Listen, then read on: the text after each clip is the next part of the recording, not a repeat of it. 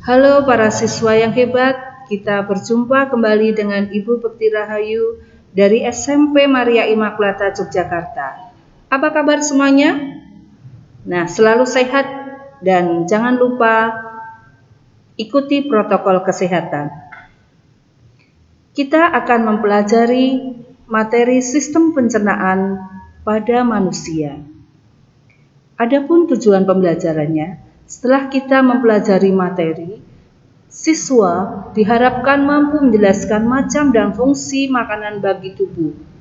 2. Mampu menjelaskan saluran pencernaan dan enzim pencernaan.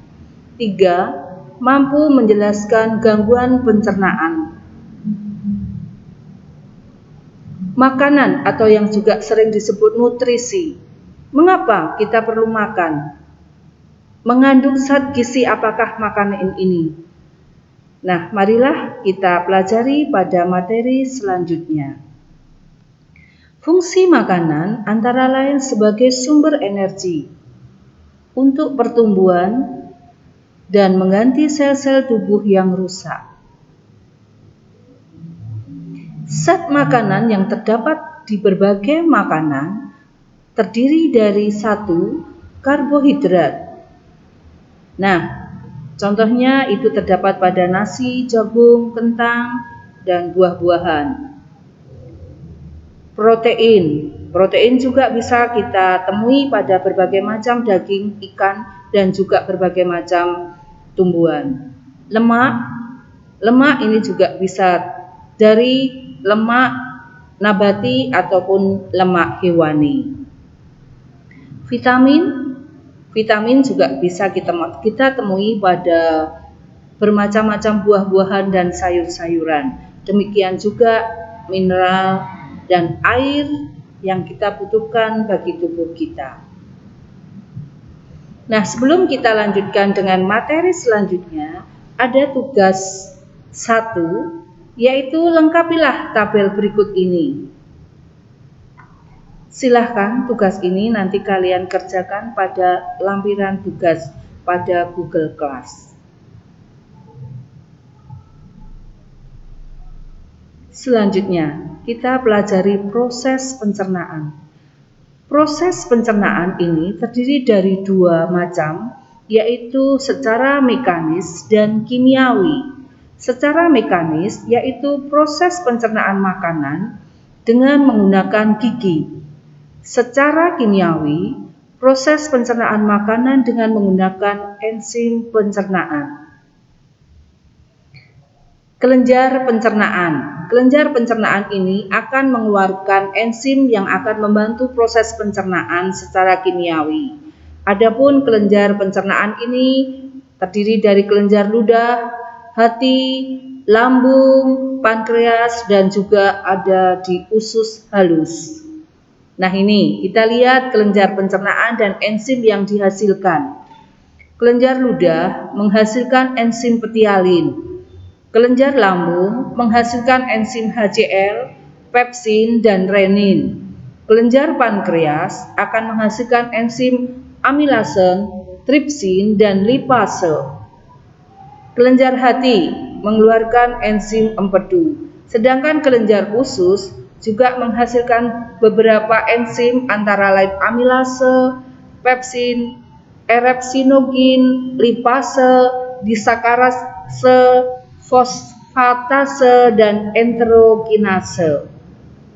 Sekarang kita lanjutkan kepada organ saluran pencernaan. Yang pertama adalah mulut. Bisa kita lihat bersama bahwa mulut terdapat gigi, lidah, dan kelenjar ludah.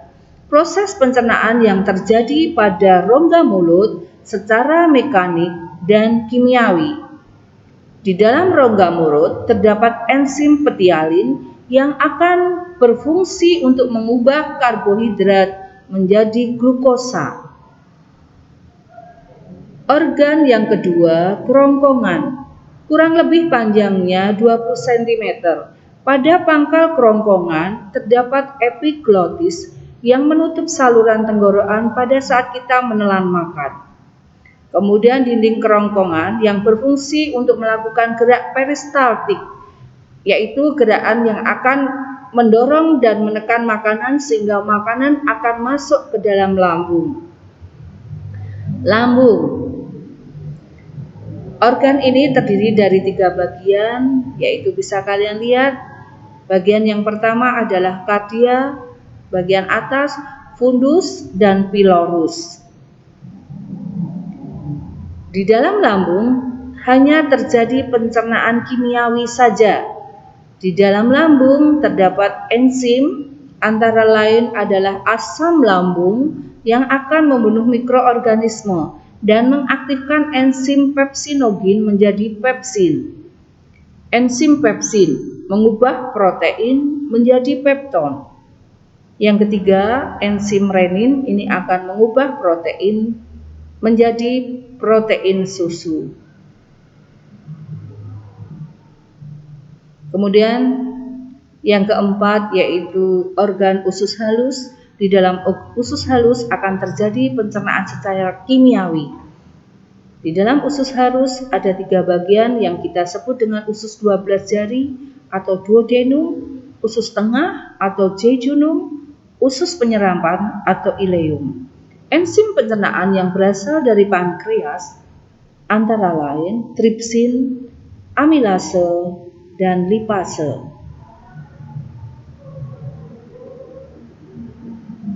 Organ yang kelima yaitu usus besar. Di dalam usus besar terjadi pengaturan kadar air pada sisa-sisa pencernaan makanan yang berupa feses dan membusukkan sisa makanan.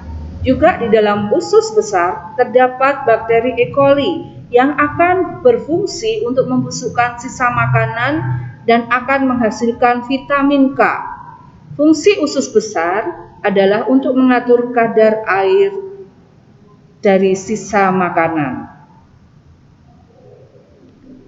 Tugas yang kedua pada materi ini yaitu A. Sebutkan enzim-enzim yang dihasilkan dari kelenjar, mulai dari mulut, hati, lambung, pankreas, dari usus halus. Yang B. Jelaskan fungsi-fungsi enzim tersebut.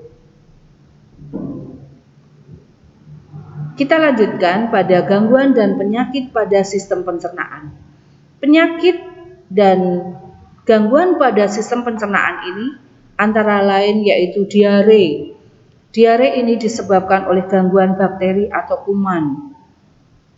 Yang kedua, appendicitis atau yang juga disebut dengan radang usus buntu, disebabkan oleh infeksi bakteri. Yang ketiga, MAH, disebabkan oleh makan yang tidak teratur. 4. Ulkus, radang dinding lambung, disebabkan tingginya asam lambung atau HCl. Sembelit atau yang sering juga disebut konstipasi, penyerapan air yang di usus besar ini berlebihan sehingga susah buang air besar. Yang keenam, gangguan yang disebut dengan parotitis atau gondong. Nah, ini disebabkan oleh pembengkakan kelenjar parotid.